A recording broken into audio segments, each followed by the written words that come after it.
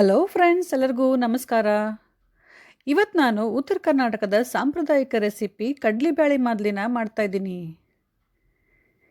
ಈ ಮಾದಲಿನ ನಾವು ಹೆಚ್ಚಾಗಿ ಹಬ್ಬಗಳ ಟೈಮಲ್ಲಿ ಮಾಡ್ತೀವಿ. ನಿನ್ನೆ ನಾನು ಬಸವ ಜಯಂತಿಗೆ ಈ ಕಡ್ಲಿಬೇಳೆ ಮಾದಲಿ, ಉದುರುಗಡುಬು ಮತ್ತು ಶೀಕರಣೆ ಮಾಡಿದ್ದೆ. ಉದುರುಗಡುಬು ಮತ್ತು ಶೀಕರಣೆ ರೆಸಿಪಿನ ನಾನು ಆಲ್ರೆಡಿ ಶೇರ್ ಮಾಡಿದ್ದೀನಿ. ನೀವೇನಾದರೂ ಆ ರೆಸಿಪಿನ ಮಿಸ್ ಮಾಡ್ಕೊಂಡಿದ್ರೆ ಲಿಂಕು ಡಿಸ್ಕ್ರಿಪ್ಷನ್ ಬಾಕ್ಸಲ್ಲಿದೆ, ಚೆಕ್ ಮಾಡ್ಕೊಳ್ಳಿ. ಫ್ರೆಂಡ್ಸ್, ಇವತ್ತಿನ ಈ ರೆಸಿಪಿ ಟ್ರೆಡಿಷ್ನಲ್ ರೆಸಿಪಿ, ತುಂಬ ಹಳೆಯದು, ನಮ್ಮ ಅಜ್ಜಿ ಕಾಲದ್ದು. ಟ್ರೆಡಿಷ್ನಲ್ ರೆಸಿಪಿ ಆದರೂ ಕೂಡ ತುಂಬಾ ಈಸಿ ಇದೆ. ನೀವು ಕೂಡ ಒಂದ್ಸಲ ಖಂಡಿತ ಈ ರೆಸಿಪಿನ ಟ್ರೈ ಮಾಡಿ. ರೆಸಿಪಿ ಇಷ್ಟ ಆದರೆ ಲೈಕ್, ಶೇರ್ ಮತ್ತು ಕಮೆಂಟ್ ಮಾಡೋದನ್ನು ಮಾತ್ರ ಮರಿಬೇಡಿ. ಬನ್ನಿ ಇವಾಗ ಕಡಲೆಬೇಳೆ ಮಾದಲಿ ಮಾಡಲು ಏನೆಲ್ಲ ಸಾಮಗ್ರಿ ಬೇಕಂತೇಳಿ ನೋಡೋಣ. ಕಡಲೆಬೇಳೆ ನಾನಿಲ್ಲಿ ಅರ್ಧ ಕಪ್ನಷ್ಟು ಕಡಲೆಬೇಳೆ ತಗೊಂಡಿದ್ದೀನಿ. ನಂತರ ಸಕ್ಕರೆ ಪುಡಿ, ಸಕ್ಕರೆನ ಮಿಕ್ಸಿಯಲ್ಲಿ ಪುಡಿ ಮಾಡಿಟ್ಕೊಂಡಿದ್ದೀನಿ. ಕಡಲೆಬೇಳೆ ಎಷ್ಟು ತೊಗೊಂಡಿರ್ತೀರ ಅದರ ಅರ್ಧದಷ್ಟು ಸಕ್ಕರೆ ಪುಡಿನ ತಗೋಬೇಕು.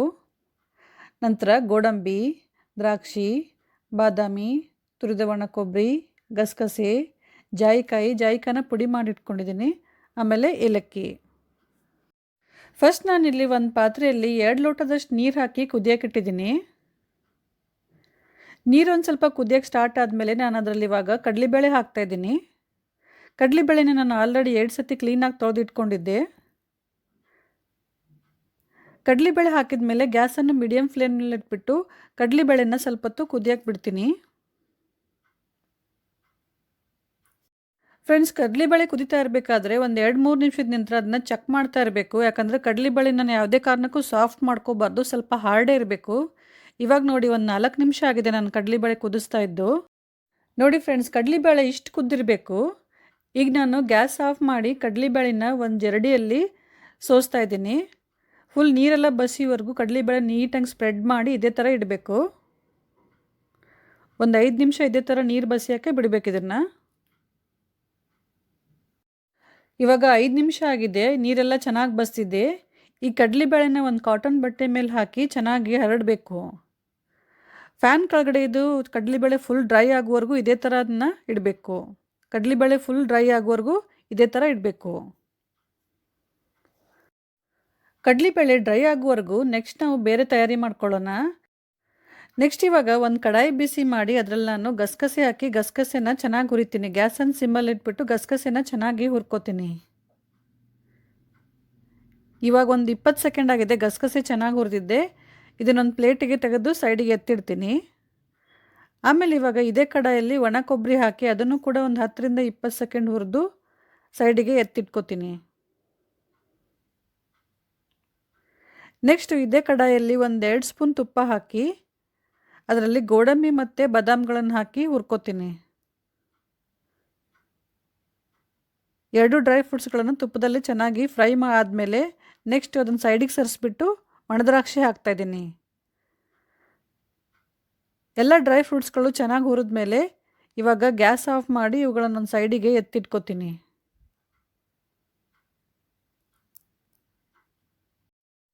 ಫ್ರೆಂಡ್ಸ್, ಇವಾಗ ಕಡಲೆಬೇಳೆ ನೋಡಿ ಫುಲ್ ಡ್ರೈ ಆಗಿದೆ. ಆಲ್ಮೋಸ್ಟ್ ನಾನು 1 ಗಂಟೆ ಏನು ಕಡಲೆಬೇಳೆನ ಡ್ರೈ ಮಾಡೋಕ್ಕಿಟ್ಟಿದ್ದೆ. ಹಾಗಾಗಿ ಎಲ್ಲ ಕಡಲೆಬೇಳೆ ಫುಲ್ ಡ್ರೈ ಆಗಿದೆ. ನೆಕ್ಸ್ಟ್ ಇವಾಗ ಕಡಲೆಬೇಳೆನ ಹುರ್ಕೋಬೇಕು ನಾವು. ನಾನಿಲ್ಲಿ ಒಂದು ಕಡಾಯಿ ಬಿಸಿ ಮಾಡೋಕ್ಕಿಟ್ಟಿದ್ದೀನಿ. ಕಡಾಯಿ ಚೆನ್ನಾಗಿ ಬಿಸಿ ಆದಮೇಲೆ ಅದರಲ್ಲಿ ಕಡಲೆಬೇಳೆ ಹಾಕಿ ಗ್ಯಾಸನ್ನು ಸಿಮ್ಮಲ್ಲಿ ಇಟ್ಕೊಂಡ್ಬಿಟ್ಟು ಕಡಲೆಬೇಳೆನ ಚೆನ್ನಾಗಿ ಹುರಿತಾ ಇದ್ದೀನಿ. ಫ್ರೆಂಡ್ಸ್, ಒಂದು ವಿಷಯ ನೀವು ಗಮನದಲ್ಲಿ ಇಡಬೇಕಂದ್ರೆ ಕಡಲೆಬೇಳೆನ ಚೆನ್ನಾಗಿ ಹುರಿಬೇಕು. ಆದರೆ ಕಡಲೆಬೇಳೆ ಕಲರು ಸ್ವಲ್ಪ ಕೂಡ ಚೇಂಜ್ ಆಗಬಾರ್ದು. ಗ್ಯಾಸನ್ನು ಸಿಮ್ಮಲ್ಲಿಟ್ಬಿಟ್ಟು ಕಡಲೆಬೇಳೆ ಗರಿ ಆಗುವವರೆಗೂ ಕೈ ಬಿಡದೆ ಚೆನ್ನಾಗಿ ಹುರಿಬೇಕು. ಈಗ ಕಡಲೆಬೇಳೆ ಚೆನ್ನಾಗಿ ಹುರಿದಿದೆ ಮತ್ತು ಗರಿ ಕೂಡ ಆಗಿದೆ. ಇವಾಗ ಗ್ಯಾಸ್ ಆಫ್ ಮಾಡಿಬಿಟ್ಟು ಇದನ್ನು 5 ನಿಮಿಷ ಸ್ವಲ್ಪ ತಣ್ಣಗಾಗುವವರೆಗೂ ಬಿಡಬೇಕು. ಈಗ ಕಡಲೆಬೇಳೆ ಫುಲ್ ತಣ್ಣಗಾಗಿದೆ. ಇದನ್ನು ಮಿಕ್ಸಿಯಲ್ಲಿ ತರಿಯಾಗಿ ಪುಡಿ ಮಾಡ್ಕೋಬೇಕು. ನೋಡಿ ಫ್ರೆಂಡ್ಸ್, ಇಷ್ಟು ತರಿ ಇರಬೇಕು. ಚಿರೋಟಿ ರವೆ ಎಷ್ಟಿರುತ್ತೋ ಅಷ್ಟು ತರಿ ಇರಬೇಕು. ಅದಕ್ಕಿಂತ ದಪ್ಪನೂ ಇರಬಾರ್ದು, ತುಂಬ ಸಣ್ಣ ಕೂಡ ಇರಬಾರ್ದು. ಇವಾಗ ಇದನ್ನು ಒಂದು ಚಾಣಿಗೆಯಲ್ಲಿ ಹಾಕಿಬಿಟ್ಟು ಚಾಣಿಸ್ಕೋಬೇಕು. ಚಾಣಿಸಿದ ಮೇಲೆ ಬಂದಿರೋ ದಪ್ಪ ರವಾನ ಮತ್ತೆ ಮಿಕ್ಸಿ ಮಾಡ್ಕೊಂಡ್ಬಿಟ್ಟು ಆಮೇಲೆ ಇದೇ ಥರ ಚಾಣಿಸಿ ಮಿಕ್ಸ್ ಮಾಡಬೇಕು.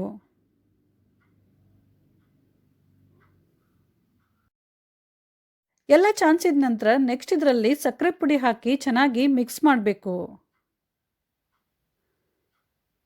ಅಂಗೈಯಿಂದ ಈ ಥರ ಒತ್ತಿ ಒತ್ತಿ ಚೆನ್ನಾಗಿ ಮಿಕ್ಸ್ ಮಾಡಬೇಕು.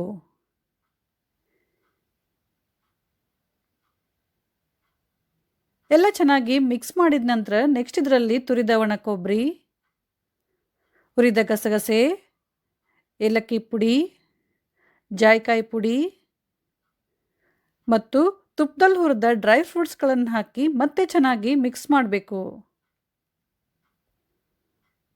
ಫ್ರೆಂಡ್ಸ್, ಸಕ್ಕರೆ ಮತ್ತು ಡ್ರೈ ಫ್ರೂಟ್ಸ್ಗಳನ್ನು ನಿಮ್ಮ ಇಷ್ಟದ ಪ್ರಕಾರ ನೀವು ಹೆಚ್ಚು ಕಡಿಮೆ ಮಾಡ್ಕೋಬಹುದು. ಇವಾಗ ಕಡಲೆಬೇಳೆ ಮಾದಲಿ ರೆಡಿಯಾಗಿದೆ. ಇದಕ್ಕೆ ತುಪ್ಪ ಮತ್ತು ಹಾಲು ಹಾಕ್ಕೊಂಡು ತಿಂದರೆ ತುಂಬ ಚೆನ್ನಾಗಿರುತ್ತೆ. ಸೊ ಫ್ರೆಂಡ್ಸ್, ಈಗ ಹೆಲ್ದಿ ಆ್ಯಂಡ್ ಟೇಸ್ಟಿ ನಾರ್ತ್ ಕರ್ನಾಟಕದ ಸ್ಪೆಷಲ್ ಕಡಲೆಬೇಳೆ ಮಾದಲಿ ರೆಡಿಯಾಗಿದೆ. ಈ ರೆಸಿಪಿ ನಿಮ್ಮೆಲ್ರಿಗೂ ಇಷ್ಟ ಆಗಿರ್ಬೋದು ಅಂತ ಅಂದ್ಕೊಂಡಿದ್ದೀನಿ. ಇಷ್ಟ ಆದರೆ ಖಂಡಿತ ಲೈಕ್, ಶೇರ್ ಮತ್ತು ಕಮೆಂಟ್ ಮಾಡೋದನ್ನು ಮಾತ್ರ ಮರಿಬೇಡಿ.